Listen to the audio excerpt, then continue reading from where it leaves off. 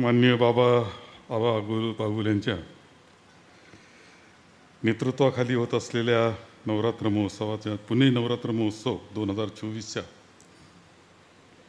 आजच्या ह्या पुरस्कार वितरण सोहळ्यासाठी उपस्थित असलेले आदरणीय उल्हासदादा पवार,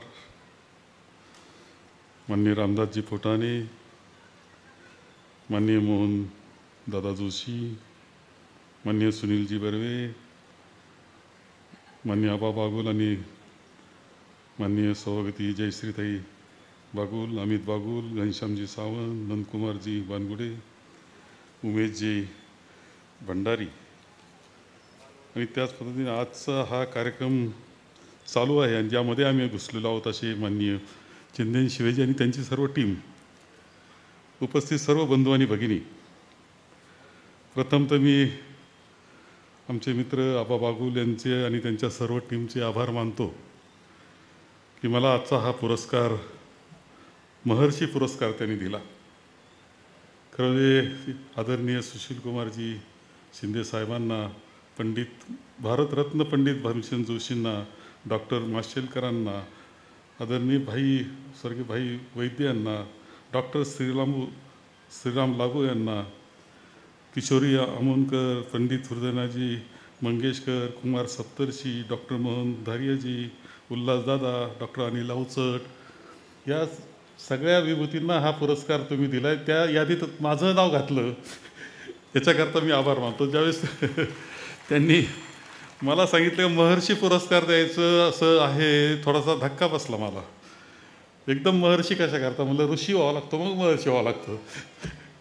परंतु एकदा मित्रांनी ठरवलं तर कोणालाही ते महर्षी करू शकतात, आम्हालाही महर्षी करून टाकलं. तुमचे खूप आभार या निमित्तानं मी मानतोय आबा. की फक्त मी एक म्हटलं की आता पुरस्कार कोणाचे हस्ते, नाव तर महर्षी आहे आणि पुरस्कार कोणाच्या हस्ते देणार तुम्ही. मला थोडी काळजी वाटली होती, मला माहीत नव्हतं कोणाच्या हस्ते. मीच निरोप दिला का काही नाही, उल्हासदादा असले त्यांच्या हस्ते मिळाला तरी आनंद आहे मला. कारण ते तशा अर्थानं आता जे काही व्यक्तिमत्व महाराष्ट्रातले आहे की ज्यांना विचारवंत म्हणून पाहावं लागतं, इतिहासाचं भाष्य करणारे अशा प्रकारचे वैचारिक तत्त्वज्ञ असे असलेलं आजचं एक प्रामुख्यानं जे काही 4-2 व्यक्तिमत्व राहिले असतील आज तरी, कोण नवीन तयार झाले तर आनंद आहे, पण सर्वात ज्येष्ठ हे उल्हासदादा आहे आणि म्हणून त्यांच्या हस्ते हा पुरस्कार घेण्यामध्ये सुद्धा मला खूप आनंद निश्चितपणे वाटलेला आहे. आबा तुमचं कौतुक किती करावं, किती कार्यक्रम तुमचे मी केलेले आहेत आणि काय कल्पकता त्यामध्ये असते. खरं म्हणजे मी तुमचं राजीव गांधी अकॅडमी झाले, तिथं तारांगण मी पाहिलं, ते गार्डन आपलं ते पाहिलं, एक अनेक म्हणजे कल्पकता कशी असू शकते आणि आपला पुणे शहर सुंदर व्हावं किंवा आपला जिथं जबाबदारी आपली तिथं कार्य कर्तृत्व कसं दाखवता येईल आणि आपल्या नागरिकांची सुविधासुद्धा कशा निर्माण करता येतील याचं जर विद्यापीठ करायचं ठरलं तर आबा तुमच्या मतदारसंघामध्ये करावं लागेल. आता एक मी म्हणेल की आता माझं 8 वेळा, खरं आहे तुम्ही सांगितलं 4दा सांगितलं गेलं, तुमचं 6 वेळा सांगितलं. आता नगरसेवकाचं रेकॉर्ड मोडा असं म्हणणं काय मला योग्य वाटत नाही. आम्ही प्रयत्न करतोय का तुम्हाला संधी मिळावी असा प्रयत्न आहे. काँग्रेसमध्ये भक्कम काही बोलता येत नसतं, पण तो प्रयत्न मात्र वाटतं की आपल्या मित्र काहीतरी आता संधी मिळाली पाहिजे. मला तुम्ही पण एक हिंट दिली का काय हे कळलं नाही. खेडचं काहीतरी सांगितलं, काळजी घ्या, म्हणजे सर्वे टाकायचा का काय तिकडं नाही, काही गमतीनं बोलतोय मी, तुम्ही काय एकदम हे करू नका. आम्ही पर्वती करताच प्रयत्न करतोय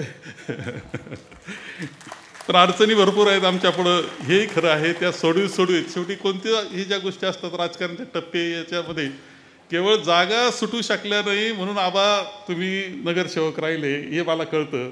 नाही तर महाराष्ट्राचे सांस्कृतिक कार्यमंत्री सुद्धा तुम्ही झाले असते, नगरविकास मंत्री झाले असते. नगरविकास मंत्री सुद्धा म्हटलो, सांस्कृतिक कार्यावर सोडलं नाही फक्त. चला हे बरं, राजकारण ही गोष्टच अशी आहे. आता हे खरं सांगतो तुम्हाला की खरं आहे, आम्ही काँग्रेसच्या परंपरेतले वर्षानुवर्षे आजोबा, वडील, आम्ही एक विचार घेऊन चाललेलो आहे.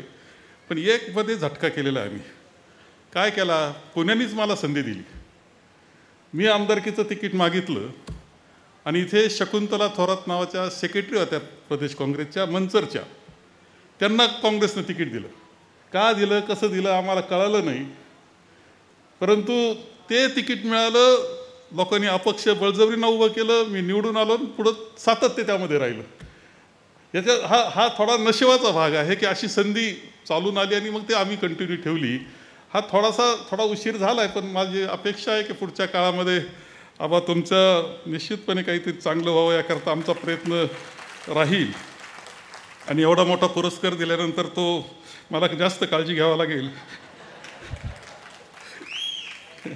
मी खरं आहे की मी आपला एक तसा अर्थानं शेतकरी कुटुंबातला कार्यकर्ता आहे. शिक्षण घेत असतानाच मी फर्ग्युसनला आलो, SYला आलो 72 साली. आणि त्यानंतर त्यावेळेस पॉलिटिकल सायन्स म्हणजे डोक्यात कायम राजकारण असल्यामुळं त्यावेळेस प्राध्यापक बाचल हे होते की जे खूप आज पुण्यामध्ये सुद्धा नाव त्यांचं आहे. मी इथल्याच ILSलाच वकील झालो. आणि पुण्यानं जो आत्मविश्वास मला दिला, जी संधी मला दिली, काम करण्याची व्यापकता माझी वाढवली एका तालुक्याच्या गावावरून आणि साध्या खेड्यातून आल्यानंतर, त्याचा फायदा आत्तापर्यंत होतोय. माझं जे काही थोडंफार व्यक्तिमत्व घडलं असेल त्यामध्ये पुण्याचा वाटा मोठा आहे, हे सुद्धा या निमित्तानं मी आपल्याला सांगेल. राजकारण आता इथं माझं जे कौतुक केलं ते मितभाषी काय नाही ते सगळे विशेषणं तुम्ही चांगले दिले. पण सगळ्यांना असा प्रश्न पडला असेल आत्ताच्या राजकारणात चालतील का हे? सध्या चॅनल का पाहत, मला एकदा प्रश्न विचारला चॅनलवाल्यांनी की अमुक अमुक असं बोलले. त्या इतकं खालच्या पातळीला जाऊन बोलले होते की मला ऐकावं वाटेना. मी म्हटलं तुम्ही त्यांच्या याच्यावर मला विचारता का असं बोलले, तुमची प्रतिक्रिया काय, तुम्ही दाखवता कशाला ते? माझी प्रतिक्रिया तुमच्या याच्यावर चॅनल दाखवा की असं इतक्या खालच्या पातळीला राजकारणावर बोलल्यानंतर एकामेकाबद्दल ते दाखवू नये, ही माझी प्रतिक्रिया आहे. तुम्ही तेवढी तरी चॅनलवर दाखवा.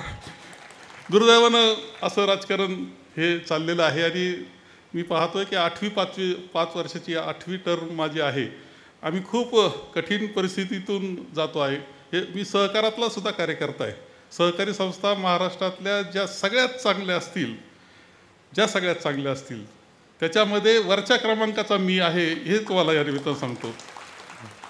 तर तो राजकारणात येण्यामध्ये संधी त्यामुळे मिळालेली आहे. परंतु जे मंत्रिपद मिळालं त्याचा उपयोग करून घेऊन जवळपास 18 वर्ष मंत्रिपदामध्ये राहण्याची संधी मिळाली. त्याचा उपयोग मी विविध खाते राहिले, तुमचे बरेच खाते लिहिण्याचे राहून गेलेले आहेत. परंतु काही असलं तरी तिचा उपयोग करण्याचा प्रयत्न मी केला आहे. ह्या 5 वर्षात 2.5 वर्ष आम्हाला मिळाले. खरं आहे की महाविकास आघाडी म्हणून 2.5 वर्ष वेगळे चाललेले आहेत. परंतु हे 5 वर्षाचं वर्णन महाराष्ट्राच्या इतिहासामध्ये फार चांगलं होईल असं नाही. कारण ज्या पद्धतीच्या घडामोडी होत गेलेल्या आहेत, ज्या पद्धतीनं राजकारण चाललेलं आहे, हे काही फार असं बरोबर नाही.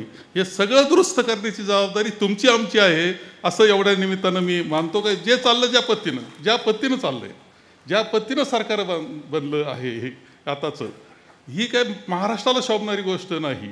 आणि त्यामुळं पुढचा काळ हा सगळा दुरुस्त करून महाराष्ट्र पुढे नेण्याचं काम आपल्या सगळ्यांना करायचं आहे. आपण जे इथं पुरस्कार दिला, पुरस्काराच्या निमित्तानं महर्षी नाव असलं तरी आशीर्वाद दिले, याबद्दल मी तुमचे सर्व पुणेकरांचे, तुमच्या टीमचे खूप आभार मानतो आणि माझे 2 शब्द संपवतो.